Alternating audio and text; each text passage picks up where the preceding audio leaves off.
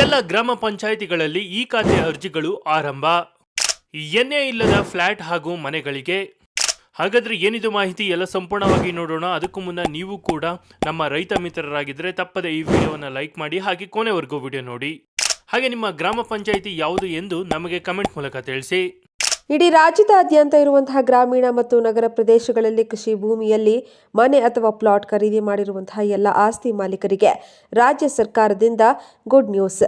ನಿಮ್ಮ ಮನೆ ಅಥವಾ ಪ್ಲಾಟ್ ಗ್ರಾಮ ಪಂಚಾಯಿತಿ ವ್ಯಾಪ್ತಿಯಲ್ಲಿ ಹಾಗೂ ನಗರಸಭೆ ಅಥವಾ ಪುರಸಭೆ, ನಗರಸಭೆ ಪಾಲಿಕೆಗಳಲ್ಲಿ ಅಥವಾ ಪುರಸಭೆ ಮಹಾನಗರ ಪಾಲಿಕೆಗಳಲ್ಲಿ ನೋಂದಣಿ ಮಾಡಿಕೊಳ್ಳಲು ಜಮೀನುಗಳಲ್ಲಿ ನಿವೇಶನ ಇರುವಂತಹ ಎಲ್ಲ ಆಸ್ತಿಗಳ ಮಾಲೀಕರುಗಳಿಗೆ ಭರ್ಜರಿ ಗುಡ್ ನ್ಯೂಸ್.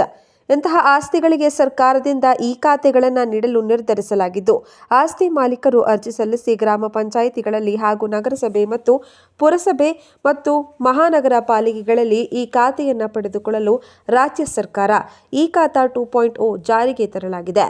ಈ ಖಾತಾದಲ್ಲಿ ನೋಂದಣಿ ಮಾಡಿಕೊಳ್ಳುವ ಮೂಲಕ ನಿಮ್ಮ ಪ್ಲಾಟ್ ಅಥವಾ ಮನೆ ಅಥವಾ ನಿವೇಶನ ಶಾಶ್ವತ ಮಾಲೀಕತ್ವ ಹೊಂದಿರುತ್ತೀರಿ ಹಾಗೂ ಸರ್ಕಾರದ ಅಧೀನದಲ್ಲಿ ನೋಂದಣಿಯಾಗುತ್ತೆ.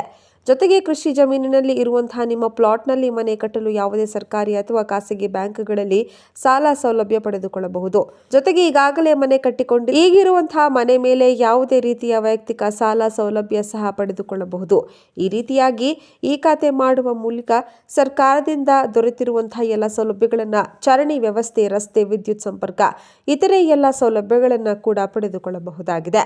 ಹಾಗಿದ್ರೆ ನೀವು ಕೂಡ ನಗರ, ಪಟ್ಟಣ, ಸುತ್ತಮುತ್ತಲಿನ ಕೃಷಿ ಜಮೀನುಗಳಲ್ಲಿ ಅಥವಾ ರಾಜ್ಯ ಗ್ರಾಮೀಣ ಪಂಚಾಯಿತಿ ವ್ಯಾಪ್ತಿಯಲ್ಲಿ ಇರುವಂತಹ ಹಳ್ಳಿಯ ಅಕ್ಕಪಕ್ಕದ ಕೃಷಿ ಜಮೀನುಗಳಲ್ಲಿ ಎನ್ಎ ಇಲ್ಲದೆ ಇರುವಂತಹ ಭೂಮಿಯಲ್ಲಿ ಅಥವಾ ಮನೆಯನ್ನ ಹೊಂದಿದ್ರೆ ಅದನ್ನ ಈ ಖಾತೆಯನ್ನ ಹೇಗೆ ಮಾಡಿಸಿಕೊಳ್ಳಬೇಕು, ಅದಕ್ಕೆ ಬೇಕಾಗಿರುವಂತಹ ದಾಖಲಾತಿಗಳು ಏನು, ಎಲ್ಲ ಸಂಪೂರ್ಣವಾದ ಮಾಹಿತಿಯನ್ನ ಈ ವಿಡಿಯೋದಲ್ಲಿ ನೀಡಲಾಗಿದ್ದು, ತಪ್ಪದೇ ವಿಡಿಯೋಗೆ ಈಗಲೇ ಒಂದು ಲೈಕ್ ಮಾಡಿ ಹಾಗೂ ಸಂಪೂರ್ಣವಾಗಿ ತಿಳಿದುಕೊಳ್ಳಲು ಕೊನೆವರೆಗೂ ನೋಡಿ. ಆಸ್ತಿದಾರರು ಈ ಖಾತಾ ಪಡೆದುಕೊಳ್ಳುವುದಕ್ಕೆ ಸಮಸ್ಯೆ ಆಗ್ತಾ ಇತ್ತು. ಇದೀಗ ಈ ಖಾತಾ ಸಮಸ್ಯೆಯನ್ನ ಬಗೆಹರಿಸುವ ನಿಟ್ಟಿನಲ್ಲಿ ಮತ್ತೊಂದು ಮಹತ್ವದ ಅಪ್ಡೇಟ್ಸ್ ಅನ್ನ ನೀಡಲಾಗಿದೆ. ಈ ಹೊಸ ನಿಯಮವು ಇಂದಿನಿಂದಲೇ ಅಂದ್ರೆ ಡಿಸೆಂಬರ್ 18ರಿಂದಲೇ ಜಾರಿಗೆ ಬರ್ತಾ ಇದೆ.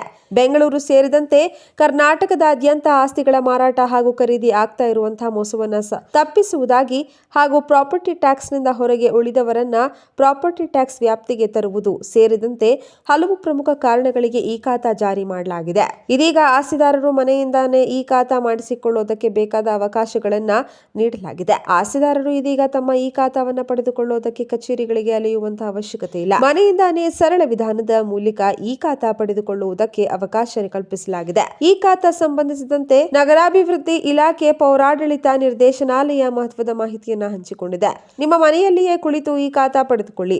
ಸಾರ್ವಜನಿಕರ ಆಸ್ತಿ ದಾಖಲೆ ಈಗ ಮತ್ತಷ್ಟು ಸುರಕ್ಷಿತ ಎಂದು ಹೇಳಲಾಗಿದೆ. ಮನೆಯಿಂದಾನೇ ಈ ಖಾತಾ ಪಡೆಯಲು ಬೇಕಾಗಿರುವಂತಹ ದಾಖಲೆಗಳು ಮಾಲೀಕರ ಭಾವಚಿತ್ರ ಮತ್ತು ಆಧಾರ್ ಕಾರ್ಡ್, ಆಸ್ತಿ ತೆರಿಗೆ, ಎಸ್ಎಎಸ್ ಚಲನ್ ಸಂಖ್ಯೆ, ಸ್ವತ್ತಿನ ಕ್ರಿಯಾ ಅಥವಾ ನೋಂದಾಯಿತ ಪತ್ರ ಸಂಖ್ಯೆ, ವಿದ್ಯುತ್ ಆರ್ಆರ್ ಸಂಖ್ಯೆ, ಸ್ವತ್ತಿನ ಛಾಯಾಚಿತ್ರ, ಇಸಿ 15 ಅಥವಾ 16 ಸ್ವತ್ತಿಗೆ ಸಂಬಂಧಿಸಿದ ಇತರೆ ಪೂರಕ ಅಗತ್ಯ ದಾಖಲಾತಿಗಳು ಇದೀಗ ಈ ಖಾತಾ ಯೋಜನೆಯನ್ನ ಕರ್ನಾಟಕದಾದ್ಯಂತ ಪರಿಚಯಿಸಲಾಗಿದೆ. ನಗರದ 45 ಲಕ್ಷಕ್ಕೂ ಹೆಚ್ಚು ಆಸ್ತಿದಾರರು ಕರಡು ಆಸ್ತಿ ವಿತರಣೆಗಳನ್ನ ಈ ಆಸ್ತಿ ತಂತ್ರಾಂಶದಲ್ಲಿ ಪ್ರಕಟಿಸಲಾಗುವುದು ಎಂದು ನಗರಾಭಿವೃದ್ಧಿ ಮತ್ತು ನಗರ ಯೋಜನಾ ಸಚಿವ ಸುರೇಶ್ ಬಿಎಸ್ ಅವರು ತಿಳಿಸಿದ್ದಾರೆ. www.karnataka.government.in ಆನ್ಲೈನ್ನಲ್ಲಿ ಈ ಆಸ್ತಿಯನ್ನು ಪರಿಶೀಲಿಸಬಹುದು. ಅಗತ್ಯವಿದ್ದಲ್ಲಿ ದಾಖಲೆ ನೀಡಿ ತಿದ್ದುಪಡಿ ಅಥವಾ ತಕರಾರು ಅರ್ಜಿ ಸಲ್ಲಿಸಬಹುದು. ಆನ್ಲೈನ್ನಲ್ಲಿಯೇ ಶುಲ್ಕ ಪಾವತಿ ದಾಖಲೆ ಸಲ್ಲಿಸಿ ಅನುಮೋದಿತ ಅಧಿಕೃತ ಈ ಖಾತಾ ಪಡೆಯಬಹುದು. ನೋಡಿದಲ್ಲ ಸ್ನೇಹಿತರೆ, ನಿಮ್ಮ ಎಲ್ಲ ಗ್ರಾಮ ಪಂಚಾಯಿತಿಗಳಲ್ಲಿ ಈ ಖಾತೆಗಳು ಅರ್ಜಿಗಳು ಆರಂಭವಾಗಿದೆ. ಈ ಬಗ್ಗೆ ನೀವೇನು ಹೇಳ್ತೀರಾ? ನಿಮ್ಮ ಅನಿಸಿಕೆ ಅಭಿಪ್ರಾಯಗಳನ್ನು ನಮಗೆ ಕಮೆಂಟ್ ಮೂಲಕ ತಿಳಿಸಿ. ಹಾಗೆ ಯಾರ್ದೆಲ್ಲ ಈ ಖಾತೆಗಳು ಆಗಿಲ್ಲ ಅಂಥವ್ರಿಗೆ ಈ ವಿಡಿಯೋವನ್ನು ತಪ್ಪದೇ ಶೇರ್ ಮಾಡಿ. ಅವ್ರಿಗೆ ಈ ವಿಡಿಯೋ ತುಂಬಾ ಯೂಸ್ಫುಲ್ ಆಗುತ್ತೆ. ಇಲ್ಲಿವರೆಗೂ ವಿಡಿಯೋ ನೋಡಿದ್ದಕ್ಕೆ ಧನ್ಯವಾದಗಳು. ಶುಭ ದಿನ.